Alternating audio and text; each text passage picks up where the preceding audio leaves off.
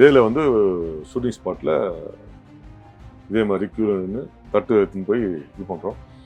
அப்போது இது வந்து சாம்பாரோ ஏதோ நினைக்கிறேன், ஏதோ ஒன்று சரியா இல்லை. என்னன்னா அப்படி இருந்து கேட்டதுக்கு இதெல்லாம் அப்படி தாங்க இருக்கும், கிளம்பு கிளம்பு கிளம்புன்னு சொல்லிட்டு துரத்துனாங்க.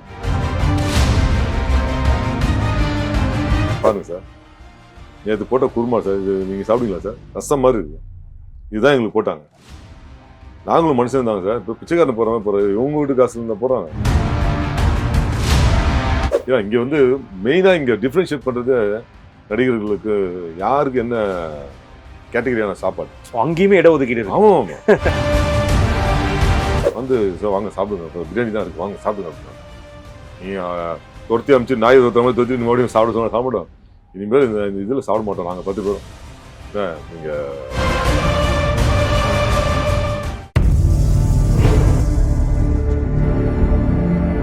வணக்கம்.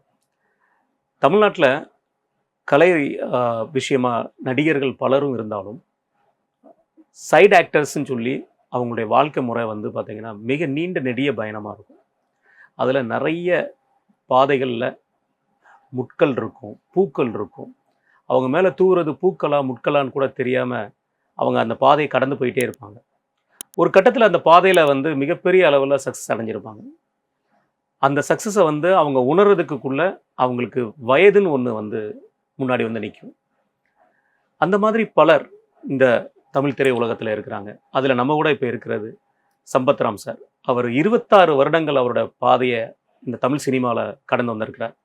அந்த பாதையை பற்றி அவர் கூட நடித்த அவர் சம்மந்தப்பட்ட அந்த ஆக்டர்ஸும் மிகப்பெரிய நடிகர்களை பற்றியும் நம்ம கருத்து உரையாடல் பண்ணிக்கலாம். வணக்கம் சார். வணக்கம் சார். சார், முன்னுரையில் குறிப்பிட்ட மாதிரி 26 வருஷங்கள் உங்களுடைய பயணம். நீங்கள் ஒரு சைடு ஆக்ட்ரஸாக நீங்கள் வந்திருக்கீங்க, ஆக்டராக வந்திருக்கீங்க. அந்த பயணத்தில் நீங்கள் கண்ட பல வழிகள் இருக்கும், பல பாராட்டுகளும் இருக்கும், கண்டிப்பாக இருக்கும். உங்களுக்கு நெருடலாக இருந்ததோ, உங்களுடைய வாழ்த்து உங்களை சொல்கிறத தட்டி பரவாயில்லடா நம்ம சாதிச்சிட்டோம்டா அப்படின்னு இந்த மூமெண்ட்ஸை பற்றி எங்ககிட்ட சொல்லுங்கள் சார். இல்லை, நான் முதல்ல நடித்த படம் முதல்வன். அதுக்கு முன்னாடி வந்து எத்தனை மனிதர்கள் அப்படிங்கிற சீரியலில் தான் ஃபஸ்ட்டு கேமரா முன்னாடி நின்று நடித்தது. அதில் சிவகுமார் சார் தான் ஹீரோவாக பண்ணார். தூர்தர்ஷன் தான் அது டெலிகாஸ்ட் ஆச்சு. முதல்வன் படம் பண்ணுற வரைக்கும் நான் வந்து ஒரு தனியார் வங்கியோடைய கிரெடிட் கார்டு கலெக்ஷன் இன்ஸ்டிடியூட்டிவாக ஒர்க் பண்ணிட்டு இருந்தேன். ஓகே. முதல்ல அந்த சீரியல் பண்ணும்போது 1 or 2 days லீவ் போடுவேன், அப்படின்னு நடிச்சிட்டு இருப்பேன். முதல்வனில் வந்து சங்கர் சாரை பார்த்து செலக்ட் பண்ணதுனால ஒரு பெரிய கேரக்டர் போலுக்கு, போலீஸ் கேரக்டருக்காக செலக்ட் பண்ணாங்க. அதனால ஆச்சுன்னா பெரிய கேரக்டர் போலுக்கு அப்படின்னு சொல்லிட்டு அவங்க 2 வாரம் அவுட்டோர் கூப்பிட்டுருந்தாங்க. சரி, பெரிய கேரக்டர் நானே பெரிய கேரக்டர் சார், ஒரு டைரக்டர் போய் சின்ன கேரக்டருக்கு செலக்ட் பண்ணுவாரா, அவரே நேரடியா? கண்டிப்பாக. அதோ சங்கர் சார். ஆமாம். சரி, பார்த்து செலக்ட் பண்ணுறதுன்னு நான் பெரிய கேரக்டர் நினச்சிட்டு ஆஃபீஸில் போய் 2 வாரம் லீவ் கேட்டேன். ஆஃபீஸில் வந்து இன்னொன்று either you got the job or you got the shooting அப்படின்னா. Okay, I got the job அப்படின்னு சொல்லிட்டு ஒரு 4 வருஷமாக செஞ்சுட்டு இருந்த வேலையை அன்றைக்கி நான் ரிசைன் பண்ணும்போது 5000 ரூபா சம்பளம் வாங்கிட்டு இருந்தேன்.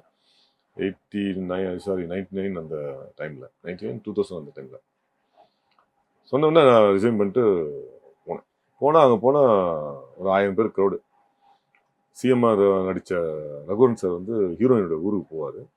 அப்போ ஒரு 1000 பேர் க்ரௌடு இருப்பாங்க, பொதுமக்கள்லாம். அதில் ஒரு 100 போலீஸ் இருப்பாங்க, அதில் ஒரு 10 எஸ்ஐ இருப்பாங்க, க்ரௌடை கண்ட்ரோல் பண்ணிட்டு. அந்த 10 எஸ்ஐயில் நானும் ஒரு ஆள். அப்படியே கண்ட்ரோல் பண்ணிட்டு போயிட்டுருக்கேன். ஸோ 1 or 2 days அப்படியே போயிடுச்சு.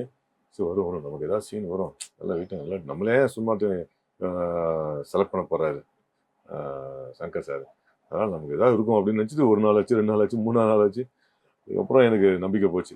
ஏன்னா என்னெல்லாம் என்ன சொல்கிறது, அட்மாஸ்பியர் ஆர்டிஸ்ட்னா டைரக்டர் வந்து ஒவ்வொரு ஷாட்டுக்கும் வந்து பேச வேண்டிய வேலையே இல்லை.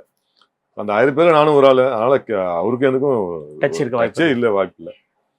அப்புறம் நான் அன்றைக்கி தான் யோசித்தேன். 3 நாள் ஆச்சு. அப்போ தான் நான் யோசிக்கிறேன், ஓகே இதுதான் போலுக்கு அட்மாஸ்பியர் கேரக்டர். ஜூனியர் ஆர்டிஸ்ட்டு சொல்லுவாங்க, அதை சினிமாவில் ஜூனியர் ஆர்டிஸ்ட் சொல்லுவாங்க. நான் கொஞ்சம் கௌரவமாக அட்மாஸ்பியர் ஆர்டிஸ்ட்னு நான் சொல்லிக்கிறது. ஏன்னா நான் ஜூனியர் ஆர்டிஸ்ட் யூனியனில் இல்லை. அப்போது வந்து இப்போ வரைக்கும் நான் வந்து கம்பெனி ஆர்டிஸ்டாக ஒரு கம்பெனியாக ஏறி இறங்கி ஒரு நாளைக்கு 20 பேரையாவது போய் பார்த்து வாய்ப்பு கேட்டு, ஸோ அப்படி நம்ம படிப்படியாக வந்ததுனால நான் இப்போ வரைக்கும் நான் வந்து ஜூனியர் ஆர்டிஸ்ட் நான் சொல்லிக்க மாட்டேன். ஆனால் அதுக்கு அர்த்தம் வந்து ஜூனியர் ஆர்டிஸ்ட் தான். அன்னைக்கு அந்த படத்துல வந்து அந்த கேரக்டருக்கு ஜூனியர் ஆர்டிஸ்ட் தான். புரியுது.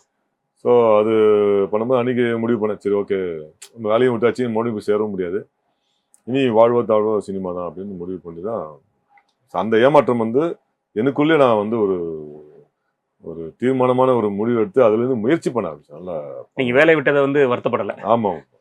சரி, இனிமே போராடணும் அது வந்து நான் திரும்ப எப்பவுமே நினைச்சது கிடையாது. நினைச்சது கிடையாது. சரி போச்சு போனதுதான், இனி இதுல நம்ம என்ன பெஸ்டா பண்ண முடியுமோ அதை முயற்சி பண்ணுவோம்னு சொல்லி நான் அதுல இருந்து முயற்சி பண்ணி அப்புறம் ஃபர்ஸ்ட் ஏஆர் முருகதாஸ் சார் தான் எனக்கு வந்து தீனாங்கிற படத்துல அஜித் சார் கூட ரைட் ஹேண்டா மகாராணி சங்கரன் இருப்பாரு, நீங்க லெஃப்ட் ஹேண்டா இருங்க, உங்க கூட ஒரு 10 பேர் இருப்பாங்க, இது அப்படியே ரைட்டு லெஃப்ட் இப்படி மெயின்டைன் பண்ணிங்க படம் ஃபுல்லா வர மாதிரி அப்படின்னு அவரு தான் என்னை வந்து முதல்ல தலைன்னு சொன்ன படம். ஆமா அந்த படம். ஸோ அதுல பாத்தீங்கன்னா ஸ்கிரீன்ல வந்து ஸ்கிரீன் பிரசன்ஸ் எனக்கு வந்து நிறைய சீன்ஸ் இருந்தது. ஸோ அஜித் சார் கூட வந்ததுனாலேயே அந்த டைம்ல வந்து எனக்கு மிகப்பெரிய ஒரு ரீச் கிடைச்சது. நம்ம முகம் வந்து எல்லாருக்கும் பரிச்சயமாச்சு அந்த படத்தின் வெற்றி மூலியமா. அதுவும் அது பயங்கர சூப்பர் டூப்பர் ஹிட் படம் வர, அதனால மிகப்பெரிய ஒரு ரீச் கிடைச்சது. அதுக்கப்புறம் சரி ஓகே நமக்கு வந்து உடனே பெரிய பெரிய கேரக்டர்லாம் வரும் அப்படின்னு பார்த்தா அதே அஜித் சார் படம் அடுத்து ஒரு படம் ரெட்டுன்னு ஒரு படம் பண்றேன். அதில் பார்த்தா அதே மாதிரி வில்லன் கூட ஒரு 4 பேர் அதில் போட்டாங்க. அதில் பார்த்தீங்கன்னா பெருசா எனக்கு இது இல்லை, இது ரோல் இல்ல. ஆமா தீனால இருந்த மாதிரி கூட அதுல இல்ல. ஓகே, ஸ்கிரீன் பிரசன்ஸ் ரொம்ப கம்மியா இருந்தது. ஸ்கிரீன்ல இருந்தாலுமே இதுல ரைட் ஹேண்ட் லெஃப்ட் ஹேண்ட் மாதிரி பண்ணாலும் கூட இல்லாம எங்கேயோ மூலையில இருக்கிற மாதிரி மறுபடியும் வந்து அட்மாஸ்பியர் ஆர்டிஸ்ட் அந்த ஒரு ரேஞ்சில் தான் அது இருந்தது. அப்போ எனக்கு ரொம்ப மனசு ரொம்ப வேதனையா போச்சு. அது இப்போதான் தீனாங்கிற படத்துல அப்படி வந்த மாதிரி இருந்தது, மறுபடியும் சிட்டிசன் ரெட்டுன்னு எல்லா படத்துலையும் சும்மா அட்மாஸ்பியர் நிற்கிற மாதிரி ஆகி போச்சுன்னு போது அப்புறம் தான் கேரக்டரா ட்ரை பண்ணும்போது தான் நம்ம ஏஆர் முருகதாஸ் சாரே வந்து அவருடைய ரமணா படத்துல பார்த்தீங்கன்னா தெரியும் 2 சீன் தான் இருக்கும். ஒரு சீனு ஒரு ஃபைட் சீன் இருக்கும். ஆனால் அதுல முக்கியமா ஒரு கையை உடைப்பாரு கேப்டன்.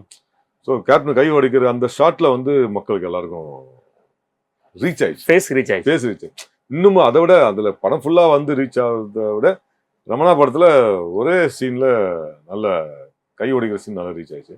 அதுக்கப்புறம் தவசிலையும் ஒரு கேரக்டர் வந்து ஏஆர் முருகதாஸ் தான் வாங்கி கொடுத்துருந்தாரு, அதுலேயும் ஒரு நல்ல கேரக்டர். ஃபர்ஸ்ட் அதில் தான் பண்ண, அதுக்கப்புறம் தான் ரமணா. ஸோ அந்த மாதிரி அப்படி ஒரு படமா அப்படியே கொஞ்சமா இருந்தால் அரசுன்னு ஒரு படம் சரத்குமார் சாரோட அவரோட ரைட் ஹேண்டா பண்ணால அது ஒரு காட்சி பார்த்தீங்கன்னா இன்டர்வல் பிளாக்ல அதுக்கு அவர் சாஃப்டான ஒரு கேரக்டரா இருப்பாரு. இன்டர்வல் பிளாக்ல வந்து அந்த வில்லனை வந்து துரத்தி அடிச்சுட்டு அந்த கத்தியை வந்து எல்லாம் கழுவிட்டு நான் தான் வந்து அந்த ஃபைட்டோட எண்ட்ல கத்தியை வந்து வாங்குவேன். அதான் இன்டர்வல் பிளாக்கே வரும். ஸோ அது வந்து மக்கள்கிட்ட இன்னும் நல்லா போய் ரீச் ஆச்சு. இந்த அரசு படத்தை பார்த்துட்டு என்னை முதல்ல வந்து என் நடிப்பும் பாராட்டின ஒரு நடிகர் வந்து சரத்குமார் சார். ஓகே, அந்த படத்தோட ஃபர்ஸ்ட் ஒரு படம் முடிஞ்சு ஒரு ஷோ போட்டாங்க, அதாவது டெக்னிக்கல் குரூ மட்டும் பார்த்தாங்க. அப்போ பார்த்துட்டு வர வரைக்கும் வெயிட் பண்ணிட்டு இருக்கேன் அந்த தேட்டர். நான்லாம் உள்ள போய் பார்க்க முடியாது. அப்போ ஏவிஎம்ல தான் போட்டாங்கன்னு நினைக்கிறேன், ஏவிஎம் ப்ரீவியூ ஷோ தேட்டரில். பார்த்துட்டு வெளியே வரும்போது என்னை பார்த்த உடனே சரத் சார் வந்து தோலில் தட்டி போட்டு நல்ல ரியாக்ஷன் பண்ணியிருக்கீங்க, அதுலேயும் எனக்கு பெரிய கேரக்டர்லாம் கிடையாது, ஆனால் ஸ்க்ரீன் ப்ரெசன்ஸ் இருக்கும், இந்த சீனுக்கு ஏற்ற மாதிரி நீங்கள் நல்ல ரியாக்ஷன் பண்ணியிருக்கீங்க அப்படின்னு சொல்லி பாராட்டினார். எனக்கு அது வந்து எனக்கு அப்படியே பெரிய நேஷனல் அவார்டு கொடுத்த மாதிரி இருந்தது. அந்த டைமில் எனக்கு வந்து முதல்ல ஒருத்தர், அதுவும் அவ்வளோ பெரிய ஸ்டார் சரத்குமார் சார் வந்து பாராட்டுறானும் போது எனக்கு அவ்வளோ பெரிய சந்தோஷமா இருந்தது. ஸோ இதெல்லாம் வந்து நம்ம வளர்ந்து வரும்போது கிடைச்ச பாராட்டுகள், சின்ன சின்ன சந்தோஷங்கள். இதுல நீங்க கேட்ட மாதிரி வருத்தமான விஷயம் என்னன்னா, இந்த முதல்வன் பண்ணி முடிச்ச பிறகு நான் ஒரு எனக்கு தெரிஞ்ச ஒரு 10 படமாவது அட்மாஸ்பியர் ஆர்டிஸ்டா நடிச்சிருப்பேன். அதுல உன்னை கொடு என்ன தேர்வுன்னு ஒரு படம், அதுதான் நான் வந்து அஜித் சார் கூட நடிச்ச படம். ஓ ஆமா, அதுக்கப்புறம் தான் தீனா. ஓகே, அந்த படத்துல பாத்தீங்கன்னா ஒரு மிலிட்டரி கேம்ப்ல நடிச்சிருப்பாரு.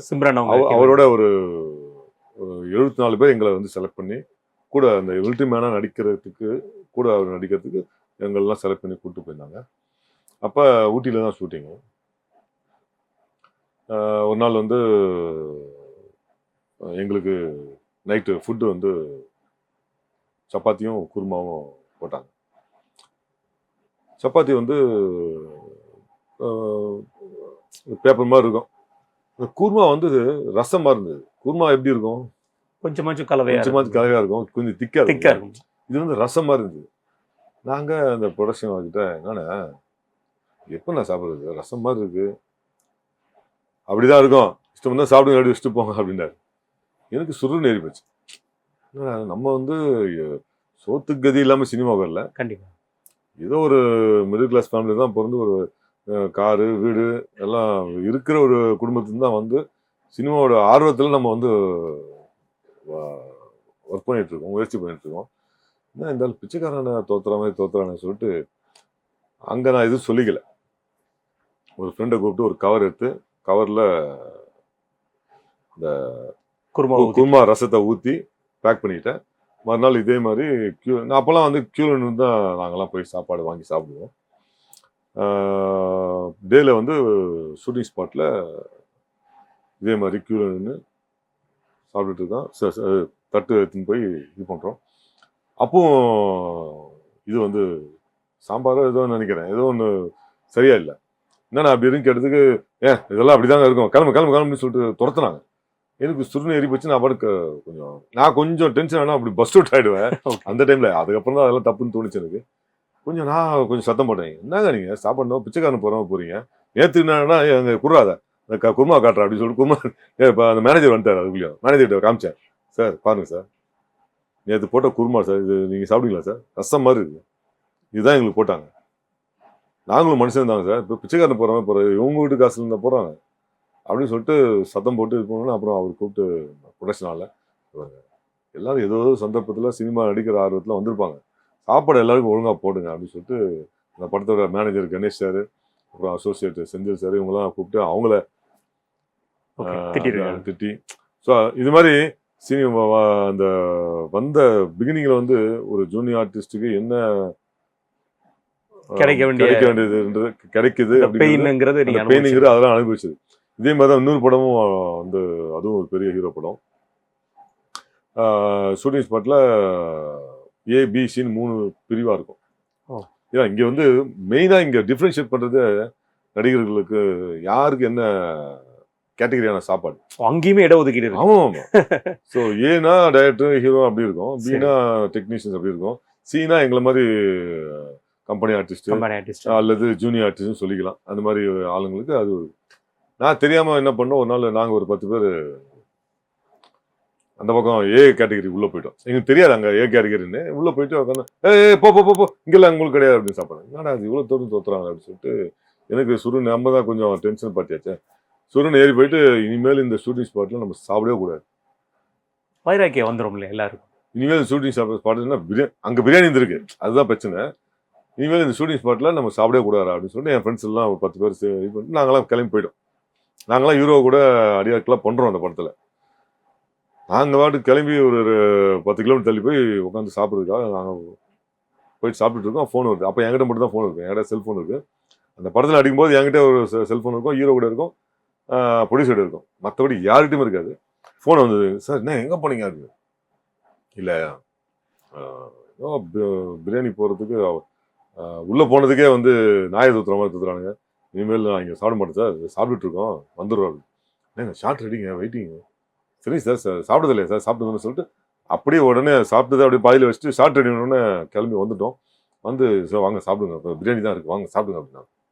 நீ துரத்தி அமிச்சு நாயை தூத்துற மாதிரி துரத்தி மறுபடியும் சாப்பிடுவோம், இனிமேல் இந்த இதில் சாப்பிட மாட்டோம் நாங்கள் 10 பேரும், நீங்கள் கவனிச்சது போதும் அப்படின்னு சொல்லி நாங்கள் பாட்டு எங்கள் வேலையை பார்த்தோம், நடித்தோம். ஈவினிங் வந்து நைட் ஷூட்டிங்கு.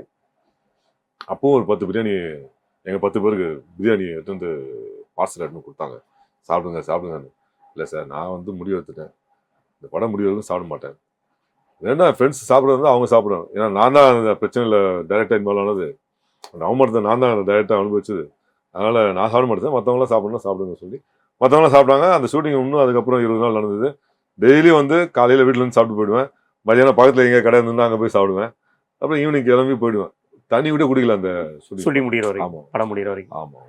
ஸோ அந்த மாதிரி நிறைய வந்து இருக்கு, சொல்லிட்டே போகலாம், வழிகள் நிறைய இருக்கு. ஆமாம். ஆனா இப்போ அது காலப்போக்கில் தான் தெரியுது, இதெல்லாம் கடந்து தான் ஒவ்வொருத்தரும் வந்திருக்காங்க, எல்லா நடிகர்களுமே வந்திருக்காங்க. நான் வந்து அதுல ஒன்றும் எனக்கு அப்போ அந்த டைம்ல எனக்கு ஒரு பெரிய வருத்தமாகவும் ரொம்ப அவமானமாகவும் இருந்தது. ஆனா இது பின்னாடி வந்து பார்த்தோம்னா பெரிய பெரிய நடிகர்கள்லாம் இதை விட மோசமான இதெல்லாம் அனுபவிச்சு தான் இன்னைக்கு அவங்க பெரிய ஆளா இருக்காங்க. நீங்க குறிப்பிட்டு சொல்ற மாதிரி அட்மாஸ்பியர் ஆர்டிஸ்ட் அப்படின்னு சொல்லி நீங்க சொல்லிக்கிறீங்க. அந்த அட்மாஸ்பியர் ஆர்டிஸ்ட்டுக்கு அடுத்தடுத்த பட வாய்ப்புகளுக்கு பெரிய இயக்குனர்களோ அல்லது அவர்களுடைய துணை இயக்குனர்களோ அல்லது ஒரு நடிகர்களோட சப்போர்ட் எந்த அளவுக்கு தேவைப்படுது சார்? இப்போ என் கூட இவர் முந்தைய படத்தில் நடிச்சிருந்தார் ஒரு சக நடிகர், இவருக்கு ஒரு சான்ஸ் கொடுங்க, அல்ல என்னோட கம்பெனி சம்மந்தப்பட்ட நடிகர், இவருக்கு ஒரு சான்ஸ் கொடுங்கன்னு ஒரு டைரக்டர் ரெஃபரன்ஸ் பண்ணுறது, இது எந்த இடத்துல உங்களுக்கு நடிகரை ஒரு சப்போர்ட் பண்ணுறதும் ஒரு டைரக்டர் சப்போர்ட் பண்ணுறதும் எந்த வேல்யூ கொடுக்கு சார்? ஆக்சுவலாக இது வந்து டைரக்டர்ஸுடைய கால் தான். அது அவங்க தான் டிசைட் பண்ணுறாங்க ஒரு கேரக்டருக்கு இந்த ஆர்டிஸ்ட்டை போடணும் அப்படின்னு. ஸோ இதில் நடிகர்களோட பங்கு இருக்குது, மேபி இருக்கலாம்.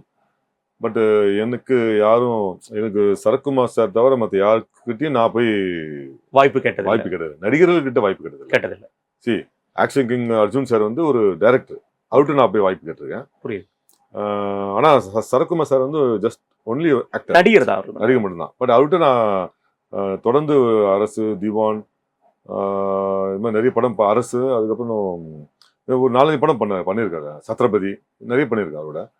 அப்போ நான் போய் கேட்டிருக்கேன். அவர் வந்து கேஎஸ் ரவிக்குமார் சார்லாம் என்ன ரெக்கமெண்ட் பண்ணியிருக்காரு. அஃப்கோர்ஸ் நான் நடிக்கல, பட் இருந்தாலும் அவர் ரெக்கமெண்ட் பண்ணியிருக்காரு, நல்லா பண்ணுவார் கொடுங்க அப்படின்னு. மற்றபடி வேறு எந்த நடிகர்கிட்ட நான் போய் நடிக்க வாய்ப்பு கேட்டது கிடையாது. மற்றபடி நான் டைரக்டர்ஸ் எந்த டைரக்டர் இருந்தாலும், எவ்வளோ பேர் படமாக இருந்தாலும் டைரக்டர்ஸ் தான் போய் ஃபாலோ பண்ணுவோம்.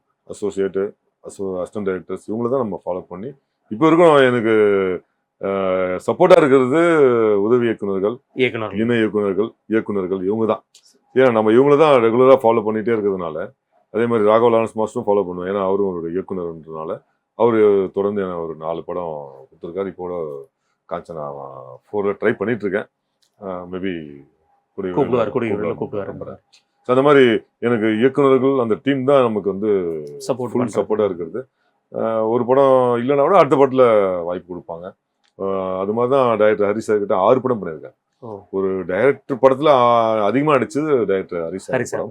இப்போ ரஞ்சித் சார் வந்து பார்த்தீங்கன்னா கபாலி, சார்பட்ட பரம்பரை, தங்கலான்னு. இப்போ அவர் ப்ரொடக்ஷனில் மோசஸ்ன்னு ஒரு டைரக்டர் வந்து ஜி பிரகாஷ்குமார் ஹீரோவாக வச்சு பண்ணுறாரு. அவர் ப்ரொடக்ஷனில் ஒரு வாய்ப்பு கொடுத்துருக்காரு. ஸோ ஒவ்வொரு படத்துலையும் ஒவ்வொரு ஸ்டெப்பாக போய் இப்போது ஜி பிரகாஷ்குமார் சார் படத்தில் ஒரு நல்ல ரோல் கொடுத்துருக்காங்க.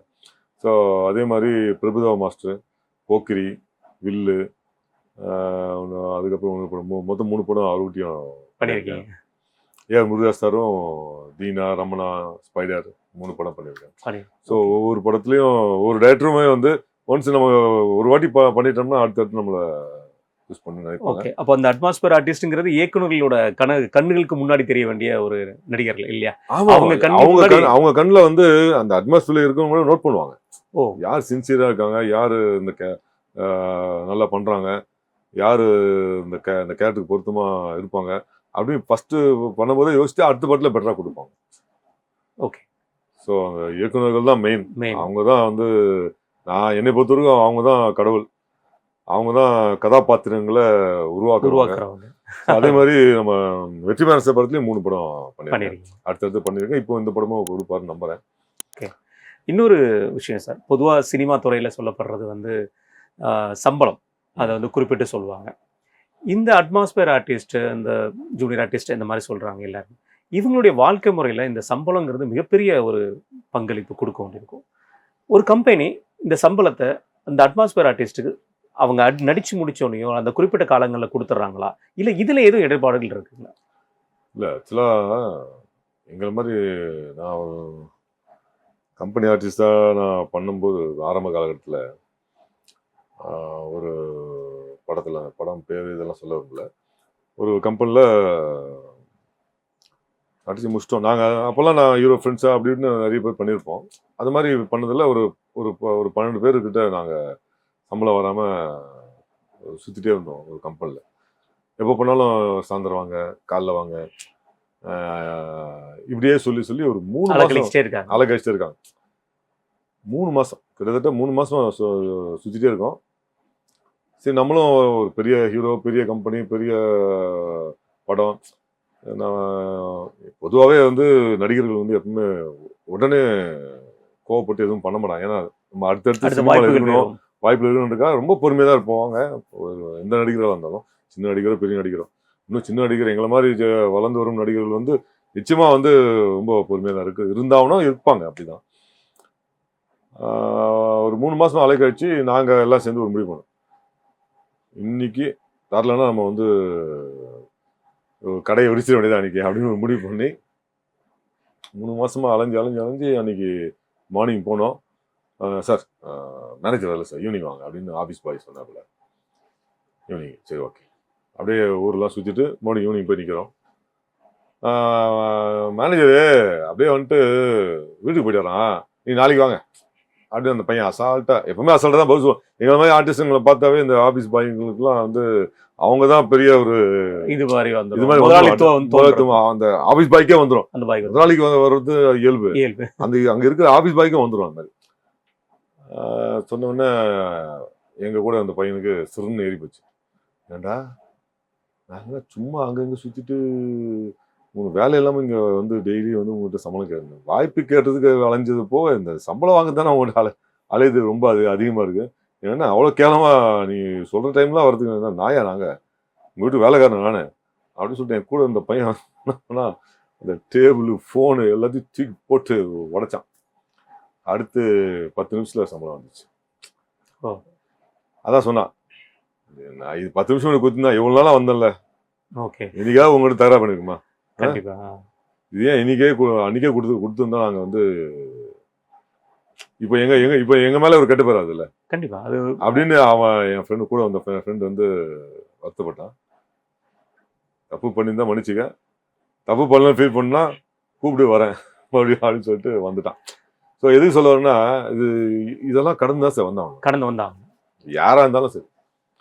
அது அந்த ஆபீஸ் பாய் மேலே குற்றம் கிடையாது, அவன் சொல்லியிருப்பான். பட் அங்க மேலிருந்து வர உத்தரவுப்படி அவன் இதெல்லாம் நான் சொல்றேன், இதெல்லாம் எனக்கு 18-19 வருஷம் முன்னாடி நடந்து நான் இப்ப சொல்றேன். இப்பவும் இப்ப இருக்கிற நடிகர்களுக்கு இது நடக்கலாம் இல்லையா? வளர்ந்து வர நடிகர்களுக்கு வளர்ந்து வரும் நடிகர் நடக்கலாம். எனக்கு தெரியல ஆக்சுவலா. நான் வந்து அந்த கட்டத்துல இருந்து இப்போ அதுக்கு அடுத்த கட்டத்துல இருக்கேன் நானு. எனக்குமே அந்த சிரமம் இருக்கு. என்ன பண்றது, நம்ம வந்து கொடுக்கும்போது தான் வாங்கி ஆகணும். ஒரு வாட்டி நம்ம வந்து பிரச்சனை பண்ணோம்னா அது ஒரு மார்க் மாதிரி ஆயிடும். ஸோ அந்த டைம்ல வந்து பண்ணாங்க, ஃப்ரெண்ட்ஸ் பண்ணாங்கன்னா அது ஒரு வயசு, அது வந்த புதுசு வர சினிமா பத்தி அதிகமா தெரியாத ஒரு நேரம் அது. ஸோ இதெல்லாம் இப்படிதான் இருக்குன்றது கடந்து வர வரதான் காலப்போக்கில் தான் அதெல்லாம் நாங்கள் உணர்ந்தோம். பட் இப்பெல்லாம் ரொம்ப தெளிவாக தான் இருக்காங்க மக்கள் வந்து, வரவங்க வந்து தெளிவாக தான் இருக்காங்க. இதுவும் கடந்து போகுன்ற மாதிரி இது மாதிரிலாம் அனுபவிச்சு தான் வரணுங்கிறது தெரிஞ்சுதான் வராங்க நிறைய பேர். நான் வரும்போது ஆக்சுவலா எனக்குலாம் இவ்வளோ ஒர்ஸ்டா இருக்குன்னு தெரியாது. அதுக்கப்புறம் காலப்போக்கில் நானும் அதை வந்து நீங்க சக நடிகர் உங்களுடைய அட்மாஸ்பியர் ஆர்டிஸ்ட்னு சொல்லி பார்த்துருப்பீங்க. நீங்க சக நடிகர்கள் நிறைய நண்பர்களை சந்திச்சிருப்பீங்க. யாராவது ஒருத்தர் இது வெறுத்து போய் இந்த விரக்தியில ஏதாவது மனநிலைமை பாதிக்கப்பட்டோ அல்லது உயிரை விட்ட தருணமோ அல்லது வேற மாதிரியான அசம்பாவிதங்கள் கண்டிப்பா நடந்திருக்கும். அது இல்லாம இந்த துறையில இருக்க வாய்ப்பு இல்லை. ஏன்னா ஒரு நடிகைகளோ நடிகர்களோ வந்து தற்கொலை பண்ற அளவுக்கு ஒரு மன அழுத்தம் அந்த துறையில நிறையவே இருக்கு. உங்கள்ட்ட நடிச்சிருந்த அல்லது உங்க கூட இருந்த சக நடிகர்களுக்கு இந்த மாதிரியான மன அழுத்தத்தில் அவங்க பாதிக்கப்பட்டா அவங்க என்ன மாதிரி நிலைமையா போயிடுவாங்க?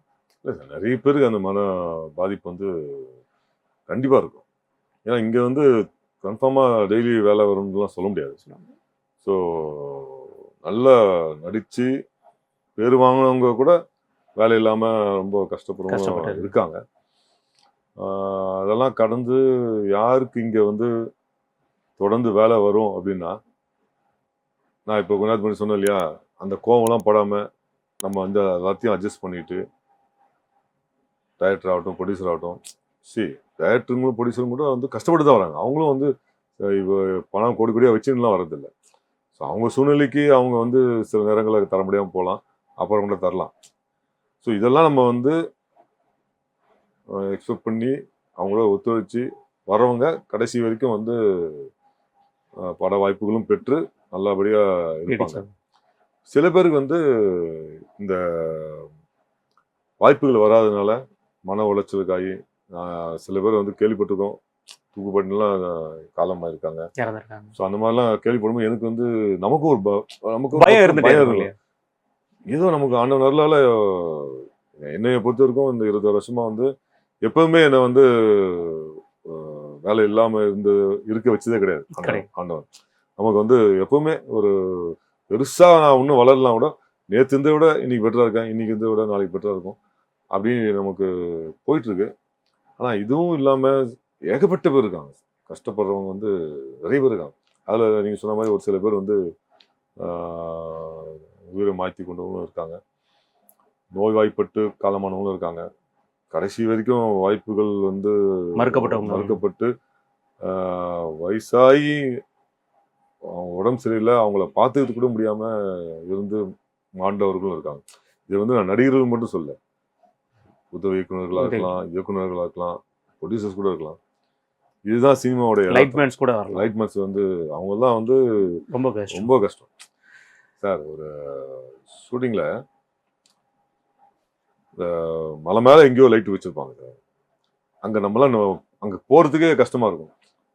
அங்கே போயிட்டு நைட்டு இது லைட்டை வச்சு விடிய அதே இடத்துல உட்காந்து போய் அப்படி இப்படி நகர மாட்டாங்க. அவங்க தண்ணி போதா, ஐ மீன் குடிக்க தண்ணி போகுமான்னு போகும்போது எடுத்துட்டு போயிடுவாங்க, சாப்பாடு போகுமான்னு தெரியாது, அவங்களாம் அனுப்பிச்சிடுவாங்க. இருந்தாலும் வந்து அவ்வளோ தூரத்தில் தனியாக உட்காந்துட்டு இருக்கணும். ரொம்ப கஷ்டம் இல்லையா? அங்கே என்ன பூச்சி இருக்குமா, புழு இருக்குமா, என்ன ஏதாவது காட்டுக்குள்ளே ஏதாவது வருமா, இதெல்லாம் கூட தெரியாது.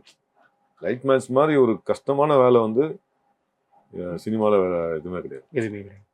அதுக்கப்புறம் ஃபைட்டர்ஸ் அவங்களும் உயிரை பணைய வச்சு தான் வந்து போடுறாங்க. அதில் கூட நிறைய பேருக்கு வந்து அடிபட்டுச்சுன்னா, இல்லை சமீபத்தில் இந்தியன் படத்தில் கூட ஒரு சில பேருக்கு வந்து பெரிய கம்பெனி பெரிய ஹீரோ படமாக இருந்தால் அவங்களுக்கு சில மாதிரி கொடுப்பாங்க. சின்ன படம், சின்ன ப்ரொடியூசர், சின்ன ஒரு படத்தில் மாதிரி விபத்து ஏற்படுத்தினா அதுவும் ரொம்ப கஷ்டமான விஷயம். நீங்கள் பாஸ்போர்ட் இருக்கா அப்படின்னாரு. இருக்கு சார். நீங்கள் ரஜினி சாரோட ஃப்ரெண்டாக பண்ண போறீங்க அப்படிங்களா? பண்ணா லட்டு தின்னு ஆசையா அப்படின்ற மாதிரி ஒரு பெரிய சந்தோஷம் உள்ளுக்குள்ள வெளியே எதுவும் காமிச்சிங்க. Okay sir. நீங்கள் ஃப்ளாஷ்பேக்லேயும் வந்து ரஜினி சார் கூட வரீங்க. எனக்கு கண்ணா 2 லட்டு தின்னு ஆசையா அப்படிங்கிற மாதிரி எனக்கு பெரிய சந்தோஷம். அவர் ஷார்ட் முடிஞ்சது வந்து எங்ககிட்ட வந்து கிளம்புறது, வரப்பா எல்லாம் அப்படியே மறந்துட போறீங்க, அவர் சொல்றாரு எல்லாம் மறந்துட போறீங்க, நான் சென்னை வந்தீங்கன்னா வீட்டுக்கு வாங்க. இது வரைக்கும் நான் எந்த ஒரு ஹீரோ கிட்ட அந்த வார்த்தையை நான் கேட்டதே கிடையாது. அதனால்தான் அவர் சூப்பர் ஸ்டார். இங்க ஒரு 10 நாள் நடிச்சு முடிச்ச பிறகு அங்க வந்து ப்ரொடியூசர் ஃபோன் பண்ணி சம்பளத்தை வாரம் ஆரம்பிக்கிறோம், இதான் டேட்டு வந்துருங்க அப்படின்னு. சார் இங்க பர்மிட் ஆயிட்டேன் சார், இந்த மாதிரி இப்போ கமல் சார் படம் சார் போயிட்டு இருக்கு சார். அவர் வந்து என்ன பண்ணி எப்படி என் படம் தான் ஃபர்ஸ்ட் கமிட் ஆனேன், வரலன்னா உன்னை சினிமாலே இருக்க மாட்டேன் அப்படின்னு அவர் மிரட்டுறாரு. இந்த வெரி ஃபர்ஸ்ட் படம் வந்து எனக்கு வாயை திறந்து டைலாக் பேசினேன் அப்படின்னா அது வந்து கேப்டன் சாரை பார்த்து பேசின டைலாக் தான். அவர் ஏகேன்னு மாற்ற சொன்னாலும் எல்லாரும் மக்கள் தலைங்கிற கூப்பிடளவு இருக்கு. அவரை பற்றி நீங்கள் ஊட்டியில் அந்த மிலிட்ரி கேம்ப்ல ஷூட் நடக்குது. கேப்ல அவர் பாட்டு தரையில் போய் படுத்து அப்படியே தூக்கிட்டு இருப்பாரு. தரையில் படுத்து அப்படி சும்மா அப்படி கையில் வச்சுட்டு அப்படியே தூக்கிட்டு இருப்பாரு. நடிக்கும்போது பார்க்கறதோட சரி, ஆனால் எப்போ எங்கே பார்த்தாலும் வந்தோடனே ஹை சம்பச்சி அப்படின்னு அக் பண்ணிப்பார்.